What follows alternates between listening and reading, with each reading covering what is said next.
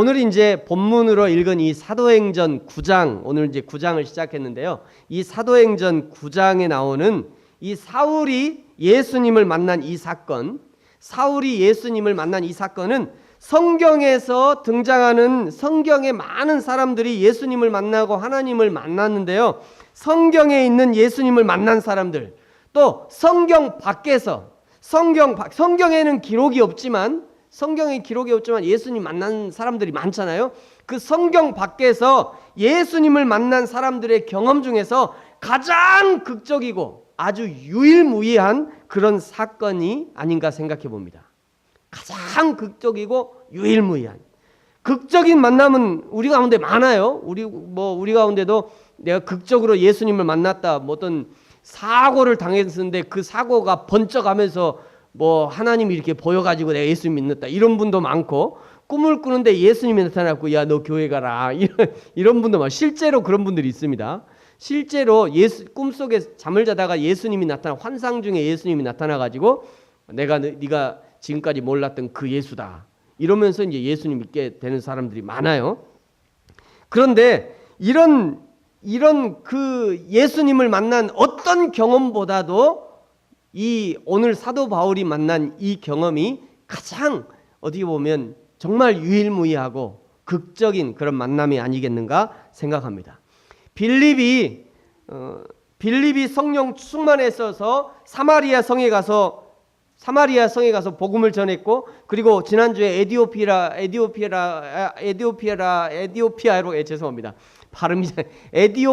가는 그 내시를 만나서 또 복음을 전했잖아요. 사마리아 성이 빌립 한 사람을 통해서 복음을 전해가지고 다 변했어요. 혹시 모르겠어요. 이 에디오피아로 가던 이 내시도 뭐 그 나라의 장관이었으니까 복음을 듣고 변해가지고 그 나라를 또 변화시켰는지는 모르겠습니다. 그런데 사도 바울은요, 이 사도 바울 한 사람이 변화를 통해서 처음에는 소아시아가 변화되어지고요, 그 다음에는 더 나아가서 유럽이 변화되고, 유럽을 지나서 남미와 북미를 변화시키고, 그리고 이게 지구를 한 바퀴 돌아서 우리 이 대한민국까지, 지금은 또 중국까지, 그리고 인도까지 온 전 지구적인 어떤 변화를 이끌어내는 그런 이 사도 바울의 극적인 만남의 장면인 것입니다. 그 극적인 만남의 장면의 첫 부분을 오늘 우리가 읽은 것이에요. 여러분, 보통 회심에는요, 회심이라는 것은 예수님 만나고 이렇게 마음을 돌이킨 거죠. 이 회심에는 보통 세 가지가 있다고 그래요. 첫 번째 회심은요, 극적인 회심인데요, 오늘 이게 사도 바울 같은 그런 경우입니다. 너무나도 선명한 회심에 대한 그런 구원의 기억이 있는 그런 것이에요. 그래서 이런 사람들 만나면요, 당신은 언제 구원받았습니까? 라고 물어보면, 나는 몇 월 며칠 어떤 날 어떤 집회를 통해서 거기서 예수님을 만나서 그래서 제가 이렇게 변화됐습니다, 이렇게 말하는 사람들이 있어요. 이런 사람들은 이렇게 선명한 구원의 기억이 있고 날짜와 그 상황을 다 기억해요. 사도 바울 같은 사람입니다, 이런 사람이. 두 번째 회심이 있는데요, 일반적인 회심이에요. 일반적인 회심이라는 건 어떤 거냐면요, 구원은 확실히 받았어요. 그래서 구원의 확신도 있어요. 그런데 당신은 언제 구원받았습니까? 라고 물어보면 잘 몰라요. 분명히 나는 구원을 받았어. 구원의 확신도 있어. 그런데 당신은 구원을 언제 받았습니까? 그럼 잘 몰라요. 예를 들면 모태신앙이라든지 어려서부터 교회 다녔던 사람, 어려서부터 쭉 교회 다녔던 사람은 당신은 언제 구원받았습니까? 그러면 내가 구원은 분명히 받긴 받았는데 언제 받은지는 잘 모르겠는데요, 이러는 분들이 많다는 거예요. 예를 들자면 디모데 같은 사람이 이런 사람입니다. 예수님의 바울의 제자 디모데 같은 사람. 어려서부터 교회를 다녔고 별 어려움 없이 그냥 쭉 다니다가 어느 순간에, 나도 모르는 어느 순간에 구원이 나에게 임한 것을 알게 되는 거야. 내가 구원 받았구나, 알게 되는 거예요, 자연스럽게. 근데 이런 사람의 이제 단점이 뭐냐면, 구원파 이단 같은 사람이 접근해가지고요, 당신은 구원 받았습니까? 나 구원 받았는데 언제 받았습니까? 언제인지 잘 모르겠네요. 그러면 구원 안 받았습니다. 이렇게 구원파가 이렇게 접근을 해요, 구원파가. 근데 여러분 생각해 보세요. 여러분 생일 언제인 줄 아세요? 여러분 생일 시연이 생일 언제야? 몰라요. 현진이는 생일 언제냐? 3월 1일? 네가 어떻게 알아 그거를? 너 어떻게 네가 3월 1일인 거 알아? 엄마가 가르쳐 주니까 아는 거죠. 아, 내가 오늘 응애 하고 태어났는데 보니까 3월 1일이야. 오늘이 내 생일이구나. 이렇게 아는 게 아니에요, 우리가 그렇게 아는 게 아니라 엄마가 가르쳐 주니까 아는 거예요. 엄마 아빠가 가르쳐. 구원이란 그러다 일반적인 회심에 의한 구원이 그렇다는 거예요. 그러니까 거기다 대고 당신은 그 확신 그래서 구원파가 잘못된 겁니다. 구원파가. 일반적인 회심이 그런 회심이에요. 세 번째 회심이 있는데요. 가짜 회심이 있습니다. 가짜 회심. 이것은요, 자신은 구원받는 것으로 생각해요. 회심한 것으로 생각합니다. 대표적인 사람이 은30에 예수님을 팔아넘긴 가룟 유다나 디모데 전후서에 등장하는 이 후메네오 같은 사람이 이런 사람이에요. 이런 사람들은요, 교회를 열심히 다니기도 합니다. 봉사도 열심히 해요. 찬양도 해요. 은혜 받았다고 좋아하기도 합니다. 목사님, 제가 은혜 많이 받았습니다. 그냥 눈물이 쏟아졌습니다. 그러면서 그냥 봉사도 열심히 해요. 그런데 결정적인 순간에 예수님을 배반하는 사람들이에요. 자신의 유익과 예수님의 요구하심이 상충할 때는 100% 이 사람들은 자신의 유익을 따라서 돌아가는 사람들입니다.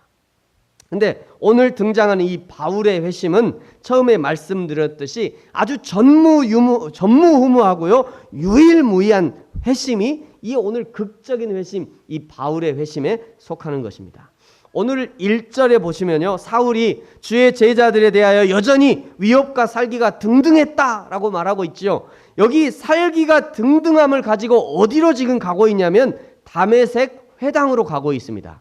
다메섹이 어디냐면 여기에요. 다마스커스라고 하는 여기. 예루살렘이 여기입니다. 여기서 이제 흩어진 거죠. 예루살렘에서 성도들이 예수 믿다가 흩어졌어요. 다 이제 막 이런 데로 다 도망가는 겁니다. 다 이리도 가고 요리도 가고 요르단도 갈 것이고 이집트도 가고 다 도망가는데 그 중에 이 다메섹이라고 하는 이 성에도 예수 믿는 사람들이 있다는 소문을 듣고요. 이 다메섹 성에 있는 예수 믿는 자들을 색출하러 지금 바울이 이 다메섹으로 가고 있었습니다.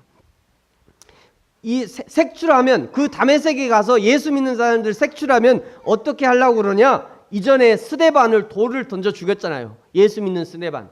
그래서 그 다메섹에 가서 예수 믿는 사람들을 잡으면 똑같이 스데반처럼 똑같이 그냥 이 돌을 던져서 죽이려고 지금 그리 가고 있는 거예요. 여러분, 왜 이렇게 사도 바울이 아직 바울 되기 전에 사울이 왜 이렇게 악독하게 그리스도인을 잡으려고 하느냐면요, 그것이 유대인들의 신앙의 순수성, 유대인들의 신앙의 진리를 지키는 일이라고 생각했기 때문이에요. 사도 바울은 당연히 이것이 내가 유대인인데 유대인의 신앙을 지키는 너무나도 당연한 일이다라고 생각했던 거예요. 이게 이제 유대인 지금도 있는 그 유대인들인데요. 지금도 이 유대인들은요, 하나님을 믿습니다. 그리고 오실 그리스도를 지금도 기다려요. 그들이 생각하는 메시아는 다윗의 왕권을 가지고 와야 돼요. 그래서 이스라엘을 세계에서 뛰어난 민족으로 회복하기 위해서 메시아가 오는 거예요.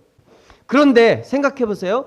그렇게 준비하고 있는데 어느 날 나사렛이라는 동네에서 빼빼 마르고 못생긴 청년이 말이야, 자기가 메시아라고 떠들고 다닌단 말이에요. 여러분, 예수님이 TV에 여기 영화에 나온 예수님은 되게 잘생기셨잖아요. 영화배우처럼. 근데 실제로 예수님은 굉장히 빼빼 마르고 못생기셨어요. 그걸 어디서 얘기하냐면요, 이사야 53장 2절에 보면 이렇게 말씀해요. 고운 모양도 없고 풍채도 없은즉 우리가 보기에 흠모할 만한 아름다운 것이 없다. 예수님은 빼빼 마르시고 빼빼 마른데 그때 당시 한 50kg 정도 됐다고 그러니까 키가 170에 50kg면 제가 170에 70kg거든요. 168입니다. 168에 70kg인데 저보다도 훨씬 마른 거, 빼빼 마른 예수님이에요. 그런 예수님이 나타나 가지고 자기가 메시아라고 주장한다는 거예요. 들리는 소문에 의하면 사람들이 그 죽은 사람도 살렸대요. 이 예수님이 빈 광야에서 2만 명의 사람들에게 먹을 것을 공급했대요. 결국 이 예수라는 청년은요, 신성모독의 죄를 뒤집어 쓰고 십자가에 죽게 됩니다. 이 유대교 신자들에게는요, 예수는 절대로 메시아가 될 수 없어요.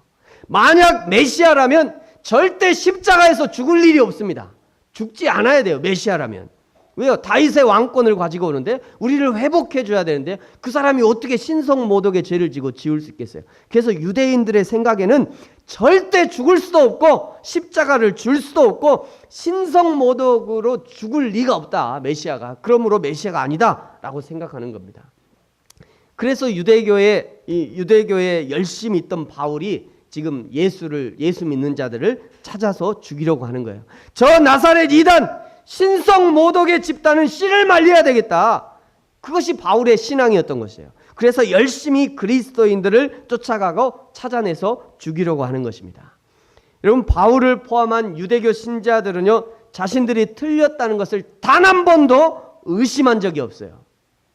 왜요? 유대교인 바울 지금까지 살면서 단 한 번도 내 신앙에 의심을 품어본 적이 없단 말이에요. 그 열심을 가지고 지금 예수를 죽이려고 하는 것입니다.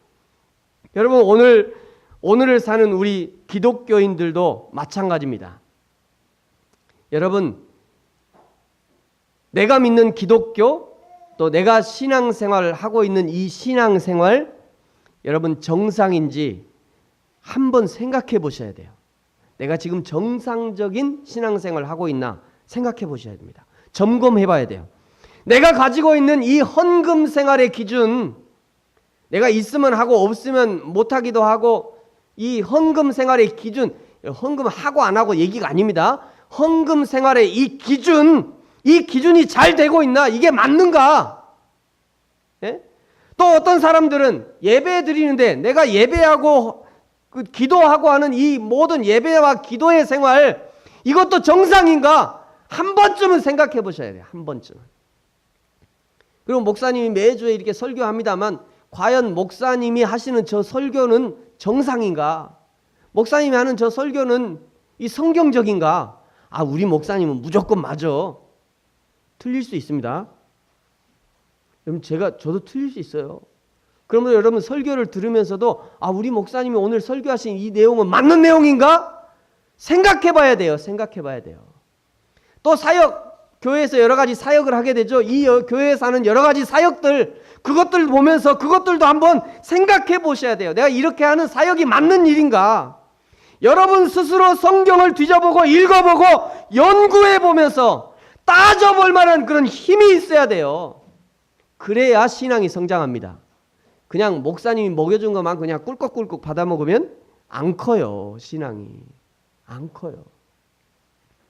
네? 우리가 다 자녀들을 다 키워보셨지만 얘가 1살 때부터 내가 밥을 먹여줬더니 12살 때도 밥을 먹여달라고 그러고 20살이 됐는데도 밥을 먹여달라고 30살이 됐는데도 엄마 밥 이러고 있으면 그거 어떻게 해야 돼요? 그거 안 됩니다.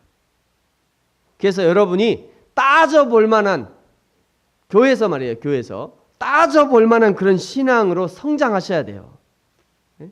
목사님 오늘 이렇게 설교하시는데 이게 사실입니까? 목사님 이렇게 설교하는데 이거 좀 맞는 말이에요? 목사님 우리 이거 하자고 그러시는데 이거 성경적인 거예요? 따져보세요. 그래야 여러분의 신앙이 성장합니다.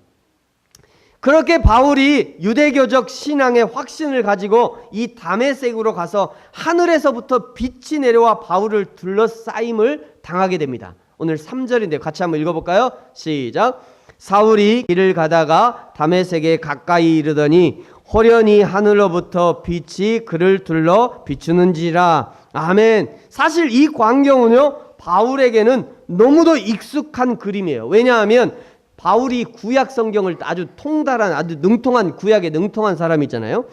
구약 성경에서 하나님이 그의 백성들을 만나실 때 자주 이용하는 방식이 바로 이런 방식이었습니다. 하늘에서 빛이 쫙 내려오면서 하나님의 진리의 빛이 쫙 내려오면서 사람에게 이야기하는 것. 이게 구약 성경에 자주 등장하는 방식이에요. 구약에 능통한 바울이 그 현상을 딱 보는 순간에 아주 직감적으로 아, 이것은 하나님이 지금 말씀하시고 계시다는 것을 느끼게 됩니다.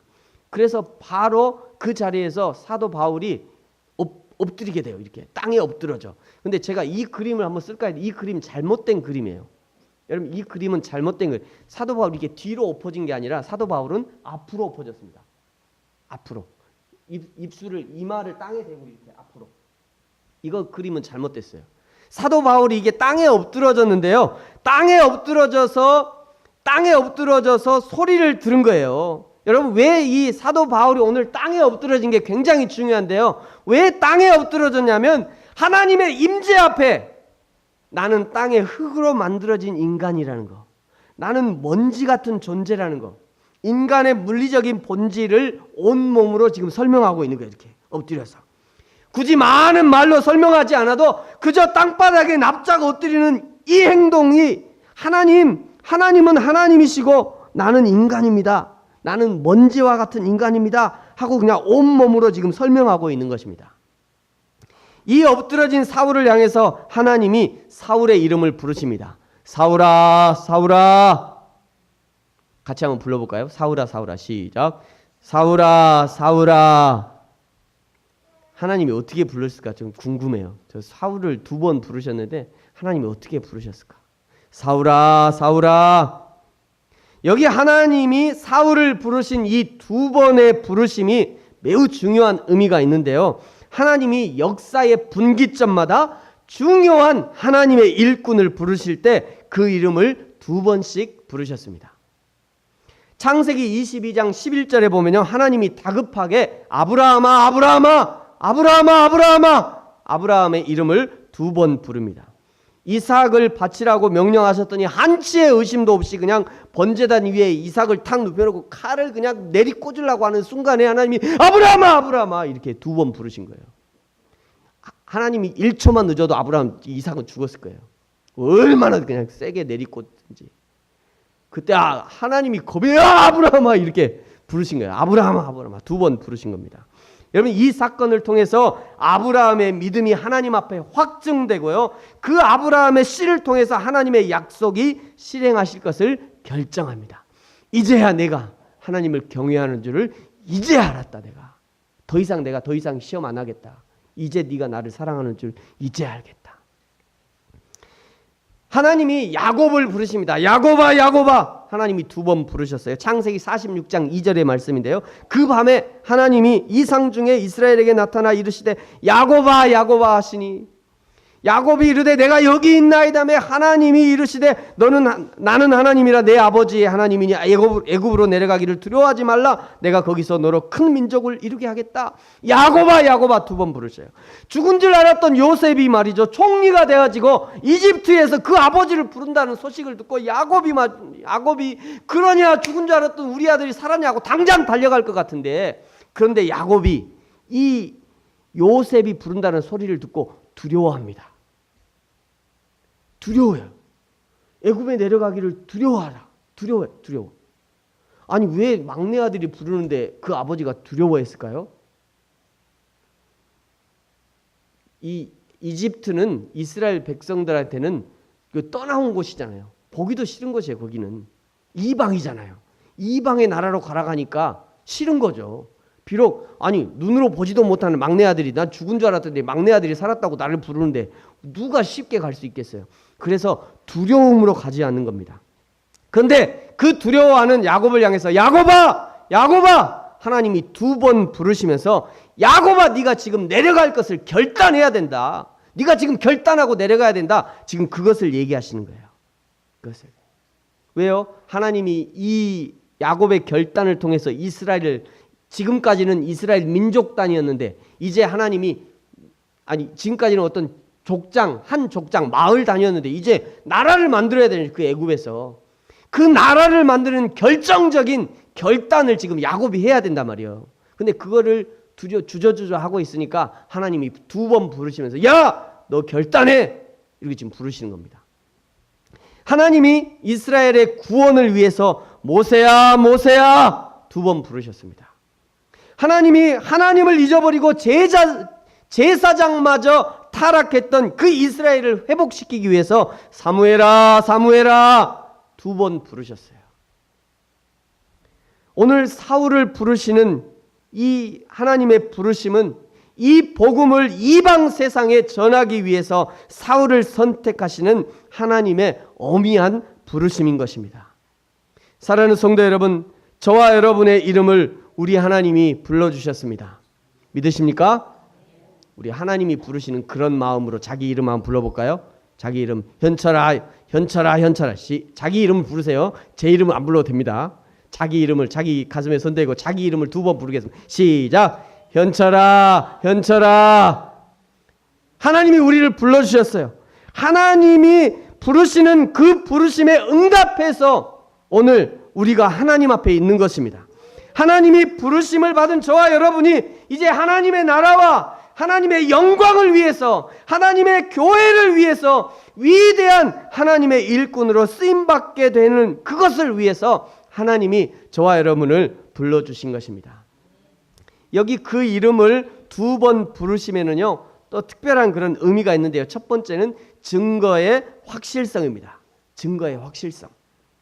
이스라엘에게 2라는 숫자는요, 증거의 수, 증인의 수예요. 하나님은 스스로 증인이 되시고 2번 불렀다는 것은 그것을 들은 모든 사람들이 하나님의 부르신 것에 대한 증인이라는 것을 지금 알려주시는 거죠. 그래서요, 다메섹 도상에서 하나님의 부르신 이 2번의 부르심 때문에 사도 바울이 자기의 사도권을 변호하는 거지. 강력하게 변호하는 거. 하나님이 나를 부르셨다. 하나님이 나를 2번 부르셨다. 그러므로 나는 하나님의 사도다. 이 사도가 자기의 사도권을 주장하는 것입니다. 2번 부르심은요, 하나님의 긴박성을 나타냅니다. 아브라함을 2번 부르지 않으셨으면 이삭은 죽었을 거예요. 2번 부르심은 고통으로 가득한 세상을 향한 하나님의 긴박성, 복음의 긴박성을 나타내고자 하는 것입니다. 이렇게 사울을 2번 부르시면서 하나님이 하시는 말씀이 이제 4절의 하반절인데요. 내가 어찌하여 나를 박해하느냐 말씀합니다. 내가 어찌하여 나를 박해하느냐. 근데 여러분 생각해 보세요. 예수님이 살아생전에 사울이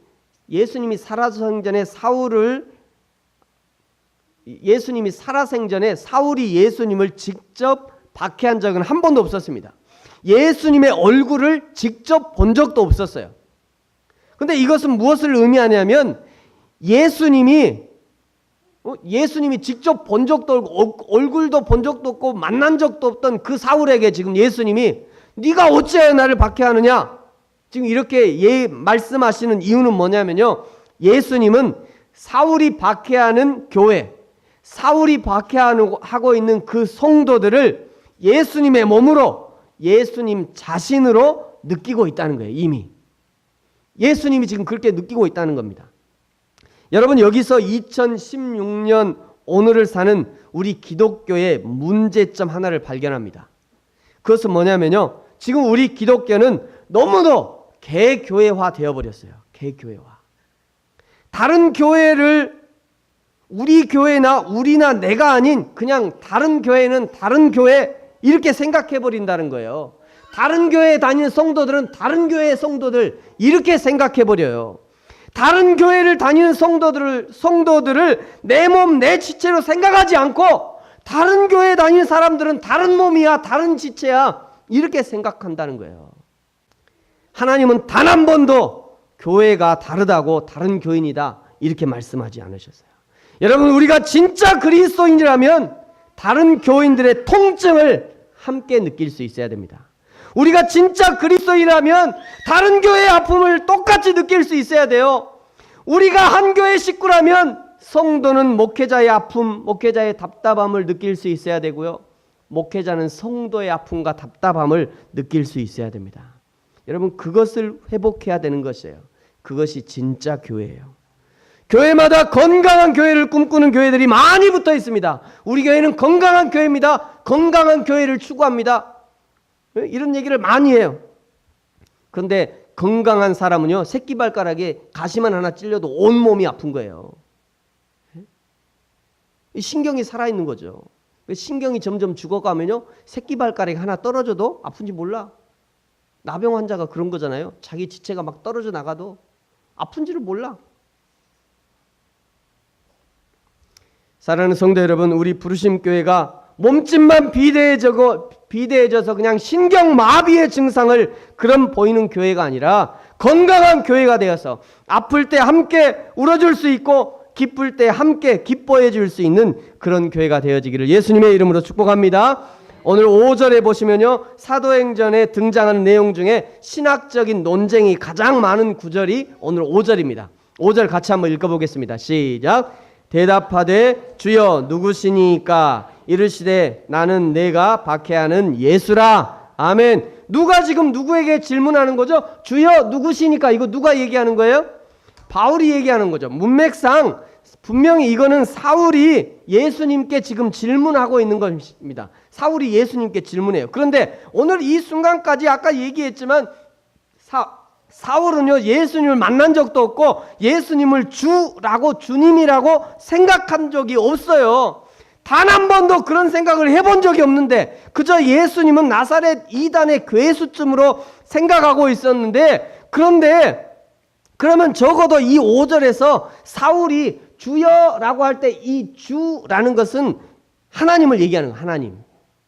예수님과 하나님이 아직 매치가 안 됐으니까 예수님은 예수는 예수고 하나님은 하나님이다 이렇게 생각했지 단 한 번도 저 주가 예수 이게 생각 안 했단 말이에요. 그러니까 여기서 주라는 것은 하나님을 의미하는 하나님.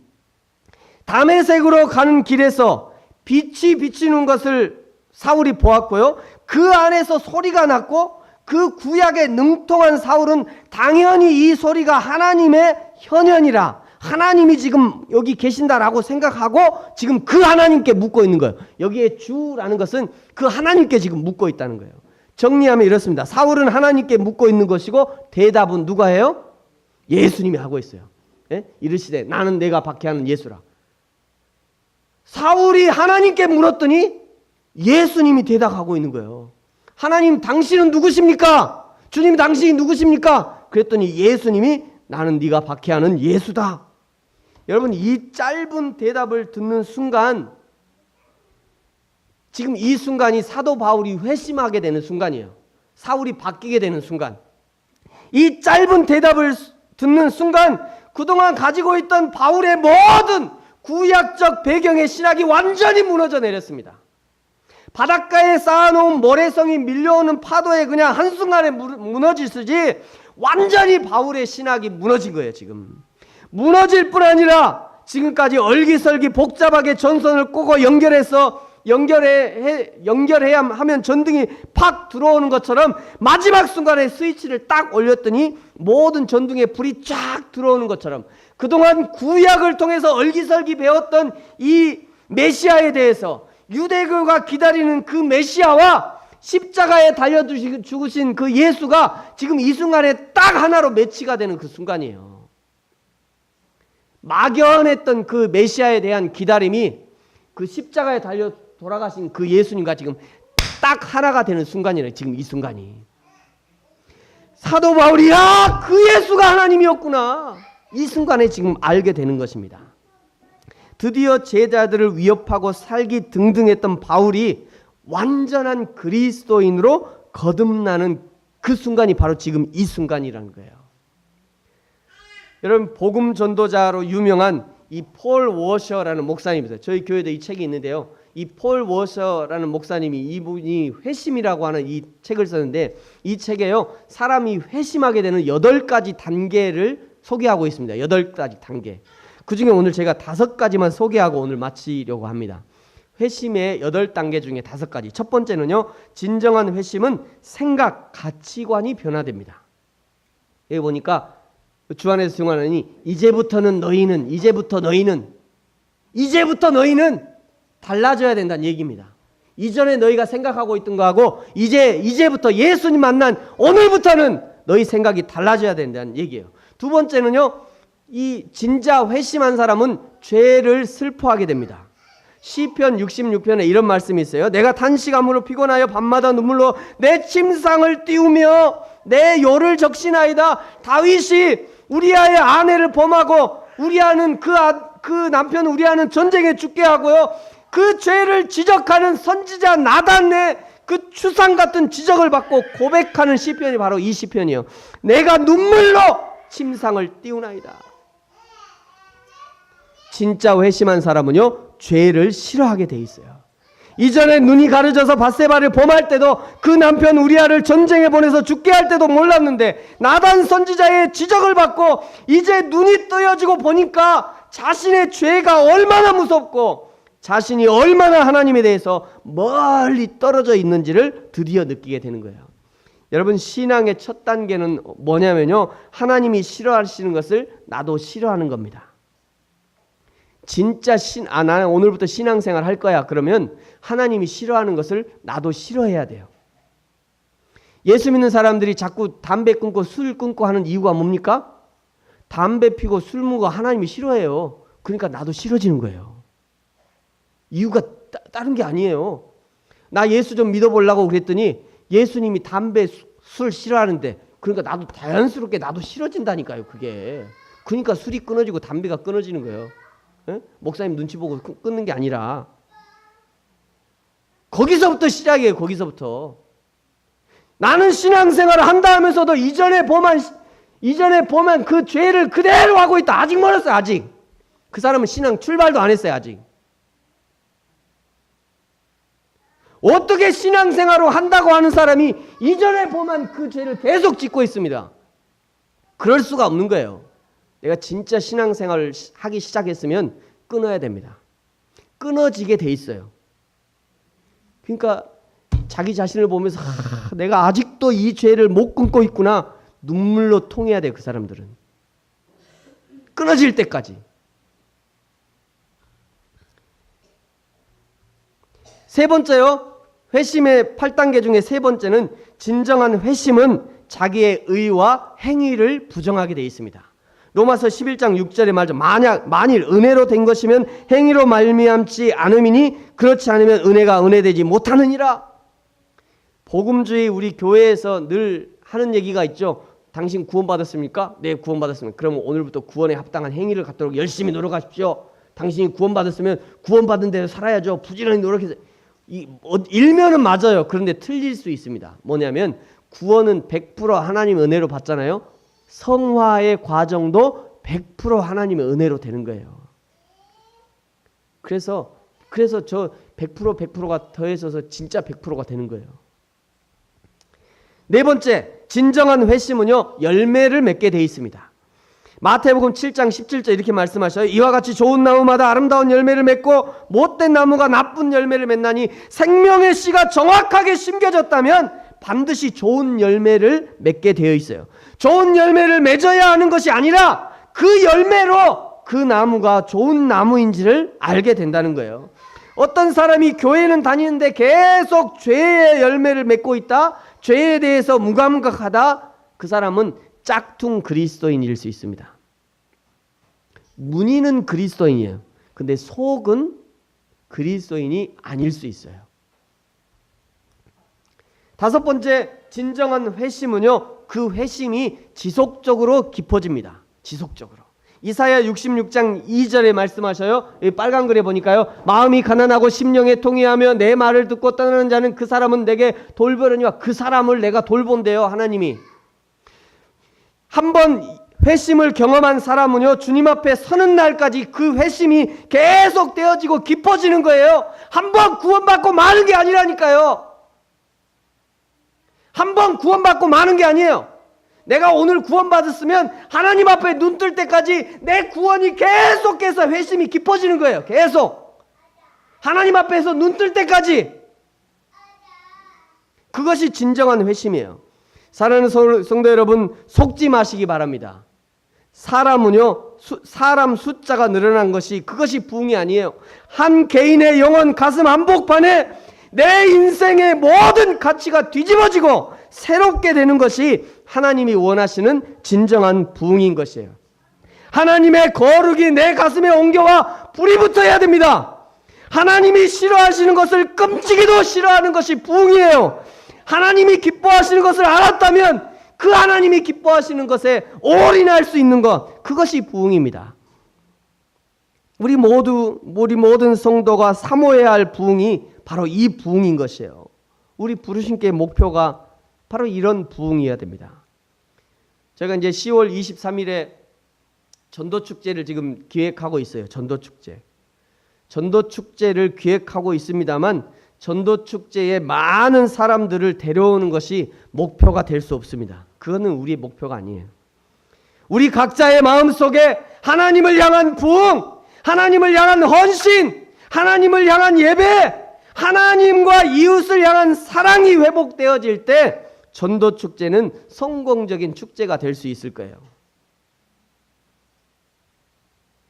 저와 여러분, 그리고 우리 교회가 오늘 사울이 경험했던 이 극적인 회심을 경험할 뿐 아니라 진정한 부흥이 일어나는 우리 개인과 공동체가 되어지기를 예수님의 이름으로 축복합니다.